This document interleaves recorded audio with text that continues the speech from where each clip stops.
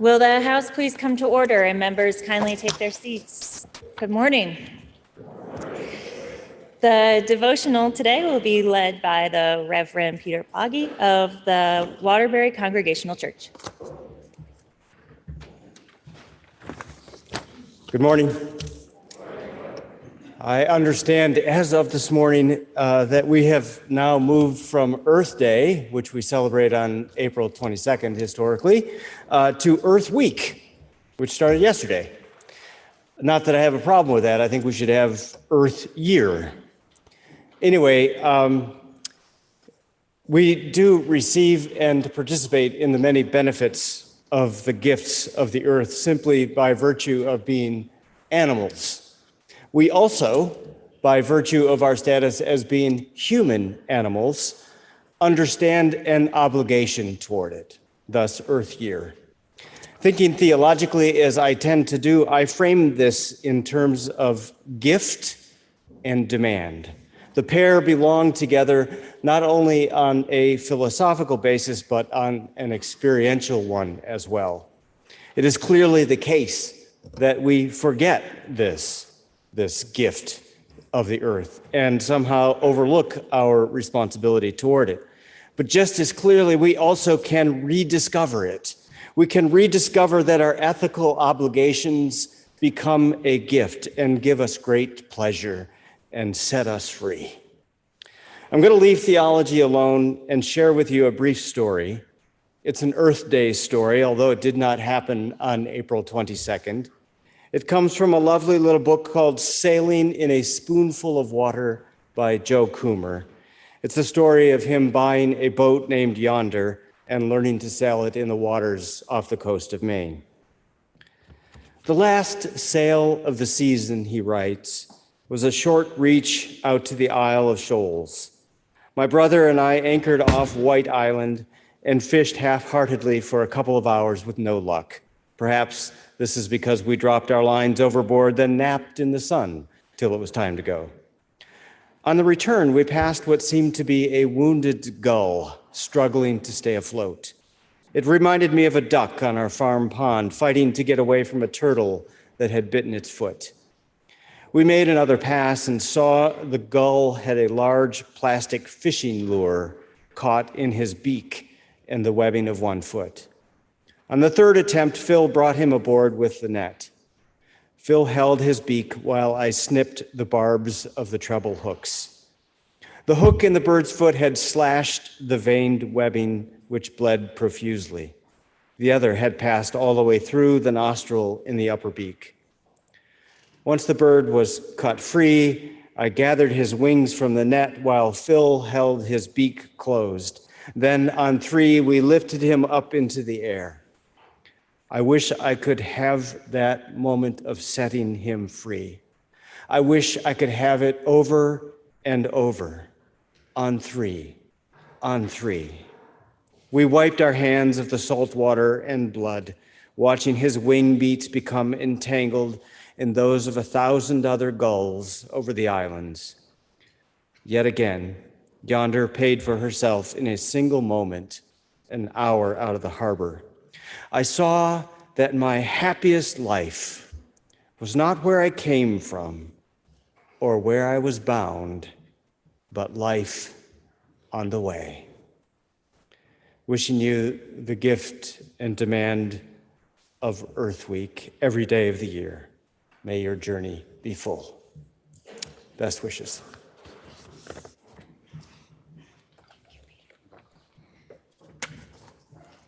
Eli?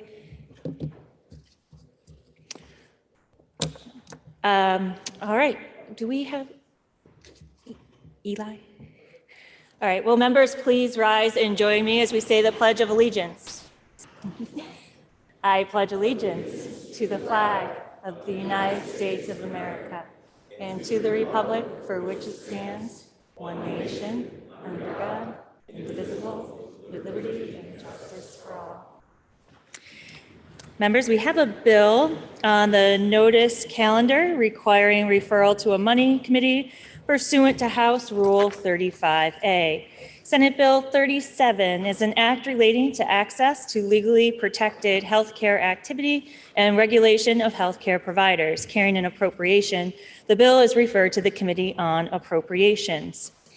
We have one House resolution to take up at this time. H.R. 9 is a House resolution reaffirming the friendship between Vermont and the Republic of China, Taiwan, and supporting enhanced United States, Taiwan, and Vermont-Taiwan bilateral relations, offered by Representative Marcotte of Coventry and others. Please listen to the reading of the resolution by title only. H.R. 9, House Resolution reaffirming the friendship between Vermont and the Republic of China, Taiwan, and supporting enhanced United States, Taiwan, and Vermont-Taiwan bilateral relations. Now you've heard the reading of the resolution, and the same is placed on the calendar for action on the next legislative day pursuant to House Rule 52. Members, we've received requests to read several House concurrent resolutions that the House and the Senate have adopted pursuant to the consent calendar. The first is HCR 82, which is a House concurrent resolution congratulating the 2022 St. Johnsbury Academy Hilltoppers boys cross country team on winning a second consecutive Division I championship. Please listen to the reading of the resolution. Whereas the St. Johnsbury Academy boys cross country team arrived at Thetford Academy for the 2022 state championship meet, aspiring to retain the Division I title that the Hilltoppers had won in 2021.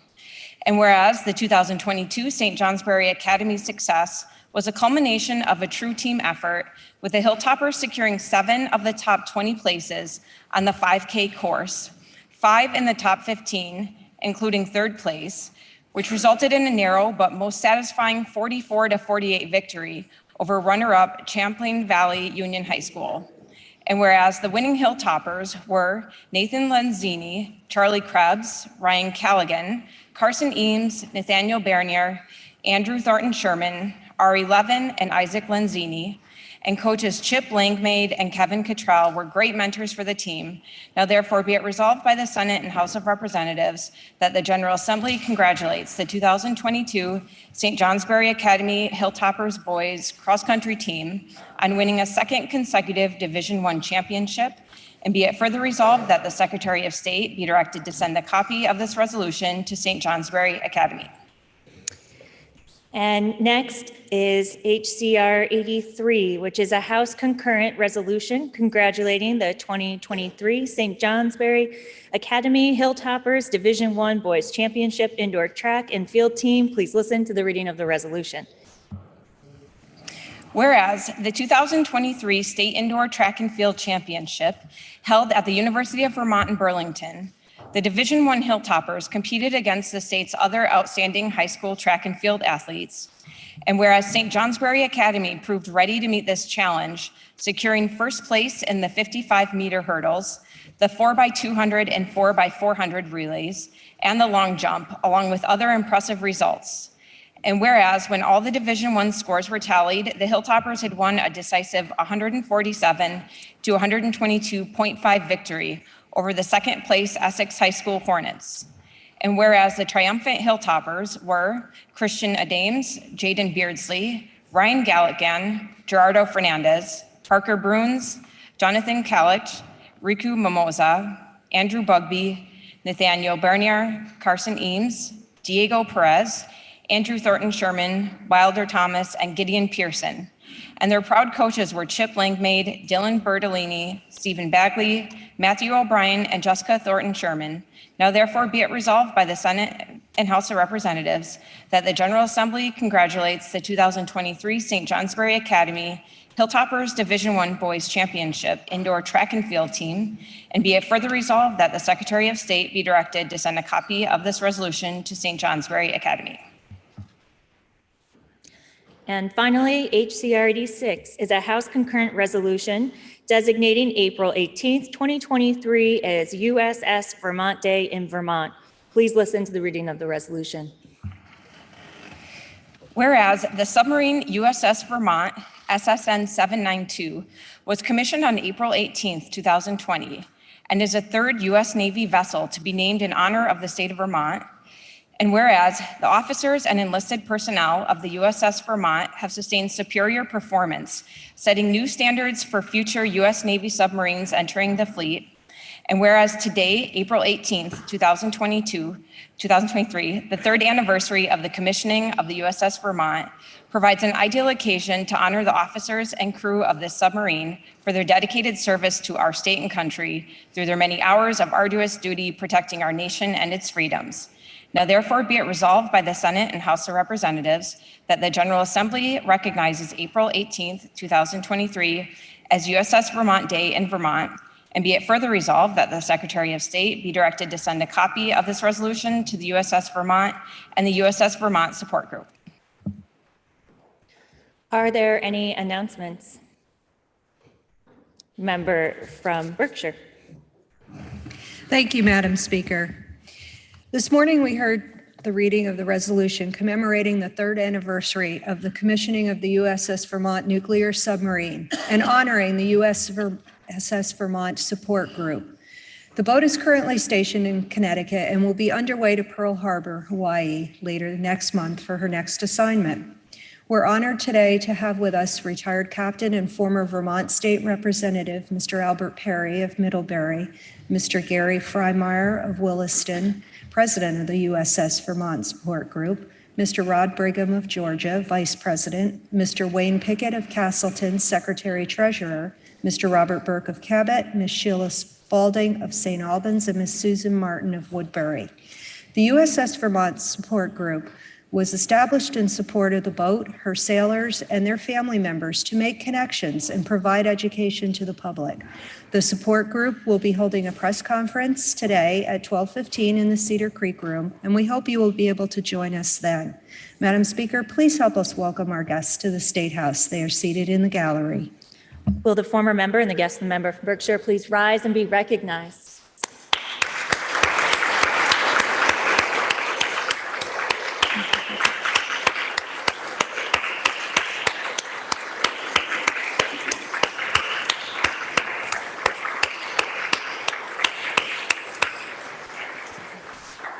Member from St. Johnsbury. Thank you, Madam Speaker. On behalf of the members of St. Johnsbury and all other members of this body whose communities send their young men and women to St. Johnsbury Academy, I would like to introduce to you the Academy 2022 Boys Cross Country Team and the 2023 Boys Indoor Track Team. These young men and their coaches are coming off so many state championships that I can't even rattle them off. Most of them, last 4 years, they have not been recognized in this body because of COVID, but they have done a lot of winning. They're both coming off back-to-back championships. They have been excellent representatives of St. Johnsbury Academy and the Vermont and New Hampshire communities that send their young men and women to St. Johnsbury Academy. They work hard in the classroom. They're tremendous role models, and they're class acts when they go on the road to other schools to compete. They have also represented Vermont very well. This group has won competitions against all other New England's top programs. They have competed against the very best across the country as far away as Texas, and they have represented Vermont very well and very just top-notch kids and a class act everywhere they go. On behalf of the members from St. Johnsbury and all the other members who send your children to St. Johnsbury Academy, Madam Speaker, would you please welcome these young men and coaches to the State House? Will the guest and the member from St. Johnsbury please rise and be recognized?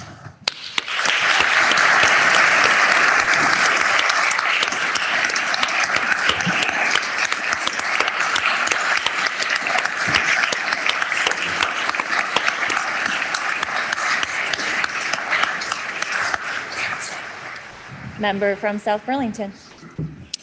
Madam Speaker, I would like to take a moment to introduce some important members of my family who traveled from Massachusetts to be with us this morning. 2 of my 4 nephews are visiting today. My nephew, Henry Butler, is a high school junior at Greater Commonwealth Virtual School, and my nephew, Leo, is in 8th grade at Hopedale Junior Senior High School. Madam Speaker, I was honored to have been interviewed by Leo last week for his civics class essay where the topic was conscious or constituent. At dinner last night, we had a great discussion about the unhoused and their rights and about affordable public transit. Oh, and of course, we shared some memes. These usually taboo dinner table topics are commonplace in their house. They are growing up just like I did, Madam Speaker. Their mom may look familiar to some of you. Their mom is my sister, Alicia Krasnow Butler, who is a former state representative appointed by then Governor Howard Dean in 1998 after our father died. Madam Speaker, please join me in welcoming my sister and my nephews here today. Will the former member and family of the member from South Burlington please rise and be recognized?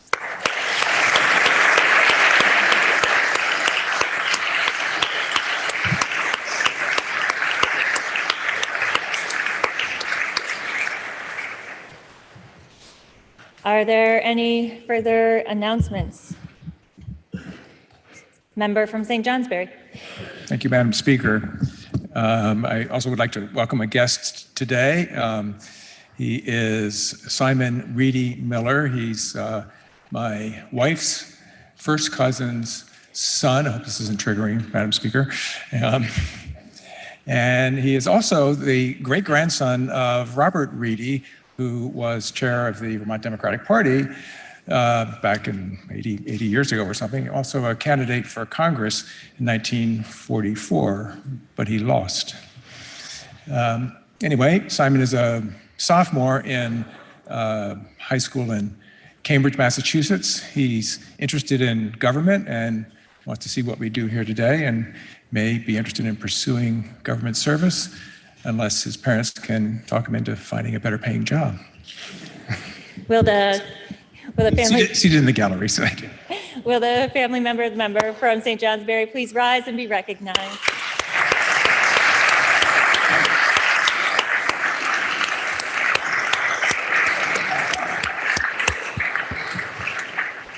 Member from Worcester.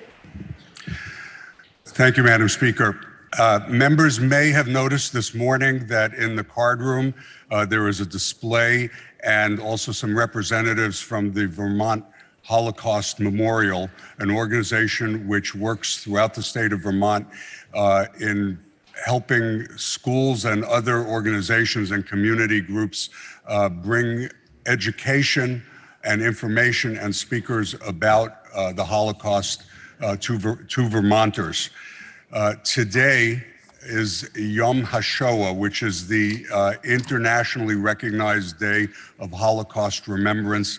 It began at sunset last night and ends at sunset this evening. The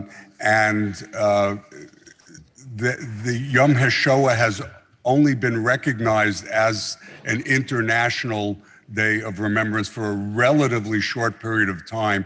In my own background and upbringing, we marked Holocaust remembrance on April 19th, which is tomorrow. April 19th was the beginning of the uprising of the resistance in the Warsaw Ghetto, which lasted against all odds for a full 60 days. And it is also a day we still commemorate and each year about the resistance in general, not just in Warsaw, but throughout the cities and towns where the Nazis had occupied and in the forests, including the city of Białystok, where families of family members of mine own perished in the resistance. So I urge members to stop by the display and talk to the folks out there and see how you might be able to bring some information and education about Holocaust into the schools or other organizations in your community. Madam Speaker, I ask that we might have a moment of silence in remembrance of the victims, but also the resistance fighters of the Holocaust. Thank you. Members, please join me in a moment of silence.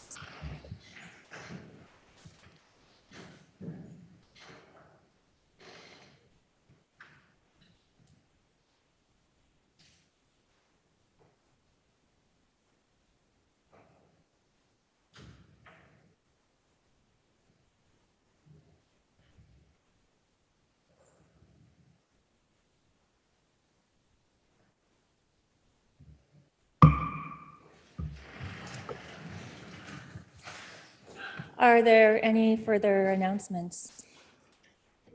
Seeing none, orders of the day.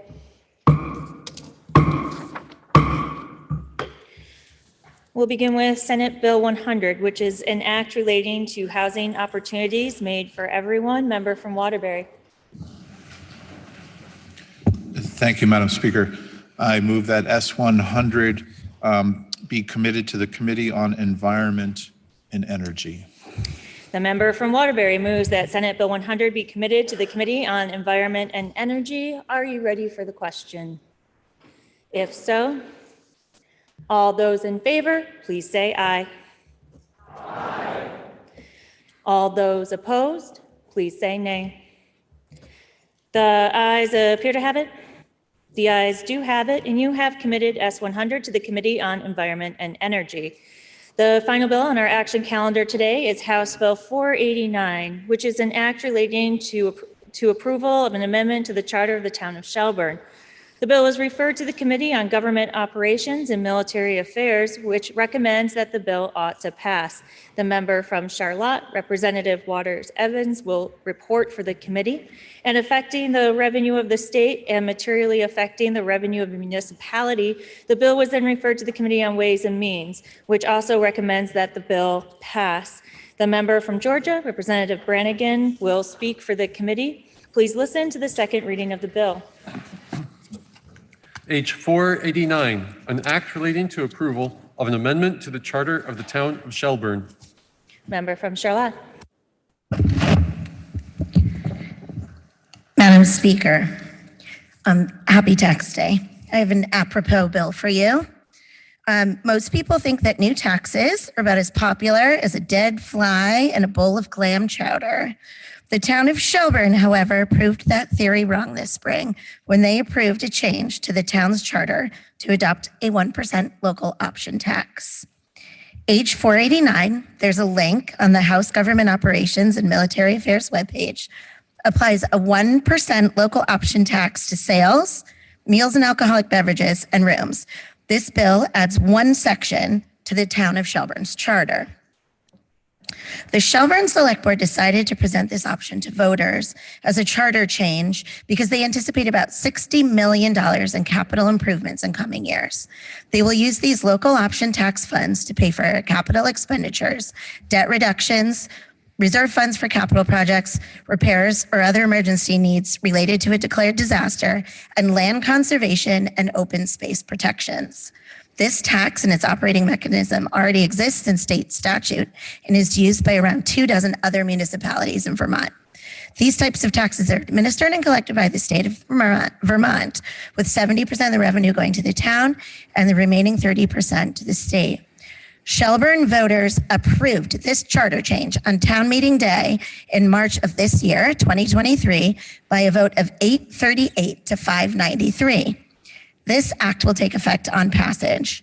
Your Committee on Government Operations and Military Affairs heard testimony from Legislative Counsel, from the Office of Legislative Counsel, and a member from the Shelburne Town Finance Committee. Your Committee on Government Operations and Military Affairs passed H 489 with a 12-0-0 vote and respectfully requests your support. And now reporting for the Committee on Ways and Means, member from Georgia. Thanks, Madam Speaker. Yes, the Ways and Means Committee was sent this bill in order to look at its potential fiscal impacts for the town of Shelburne and also for the state of Vermont. The bill proposes a change, as we've already heard, to the town charter of Shelburne, a small one, allowing the town to adopt a 1% local option tax on sales, meals, alcoholic beverages, and rooms. The estimate of annual revenue for the town is approximately $1 million. JFO estimates that the bill would increase the special fund revenues by approximately $345,000 in fiscal year 2024. Of this amount, approximately $330,000 would go to the payment in lieu of taxes, the pilot special fund, and approximately $15,000 would flow to the tax local option process fees special fund. The tax department, I don't think we've discussed this on the floor before, at least not for a while. They keep a small amount from these local option taxes to pay for their expenses in processing the local option tax. So quarterly, the Department of Taxes pays 70% of the revenue generated by a local option tax to the municipality, and that's what will happen for the town of Shelburne. Revenues can only be used for municipal services, not for education expenses. The town understands that, and as you've heard, their intentions for using the funds are all within legal parameters. 30% of the revenue goes to the pilot special fund. Since the state does not pay property taxes, the pilot special fund makes an annual appropriation to all municipalities based on the replacement value of buildings by the state within the municipal borders. In fiscal year 2022, the pilot special fund receives $11.3 million in revenue overall. I think I'll stop there, Madam Speaker. We heard from our own legislative council and the Shelburne Town Finance Committee. The vote in our committee was 12-0-0. There's a lot of similarities between approving this charter change and the many other charter changes we've done regarding local option tax in recent years. So we approved it, and we look for your support, Madam Speaker. Thank you. The question is, shall the bill be read a third time? Are you ready for the question? Member from Clarendon. Madam Speaker, may I interrogate the presenter of the